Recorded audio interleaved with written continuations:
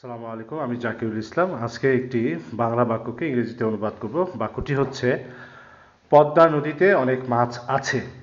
যদি কোনো একটা জায়গাতে, যেমন হচ্ছে পদ্মা নদীতে এখানে বলা হয়েছে, যদি কোনো জায়গাতে কোনো কিছু থাকে বা এই যে আছে থাকে এরকম শব্দ যদি থাকে, তাহলে এই ধরনের বাক্যগুলো শুরু করতে হয় দেয়ার দিয়ে। দেয়ারের পরে বসবে হয় ইজ অথবা আর যদি আছে থাকে। তারপরে একটা সিঙ্গুলার নাউন, যদি ইজ বসাতে চাই তাহলে সিঙ্গুলার নাউন থাকলে ইজ বসবে। আর যদি প্লুরাল নাউন থাকে, প্লুরাল নাউন, তাহলে আর বসবে। তারপরে সেই বাকি অংশ বসবে, অর্থাৎ জায়গা থাকলে বসবে।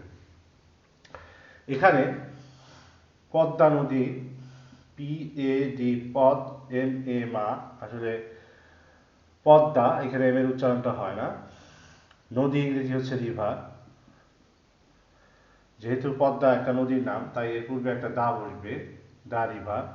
আর এখানে নদীতে তয়কারে তে থাকার কারণে হবে ইন দা পদ্মা রিভার। অনেক হচ্ছে মেনি, মাছ হচ্ছে ফিশ, কিন্তু মেনির পরে ফিশের প্লুরাল বসে ফিশেস। তাহলে অনেক মাছ আছে, দেয়ার। মেনি ফিশেস যেহেতু প্লুরাল, তাই এর সাথে বসবে আর, দেয়ার আর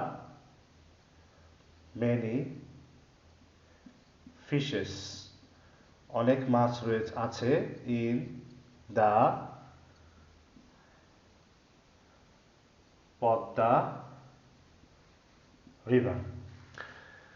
দেয়ার are many fishes in the Padma river.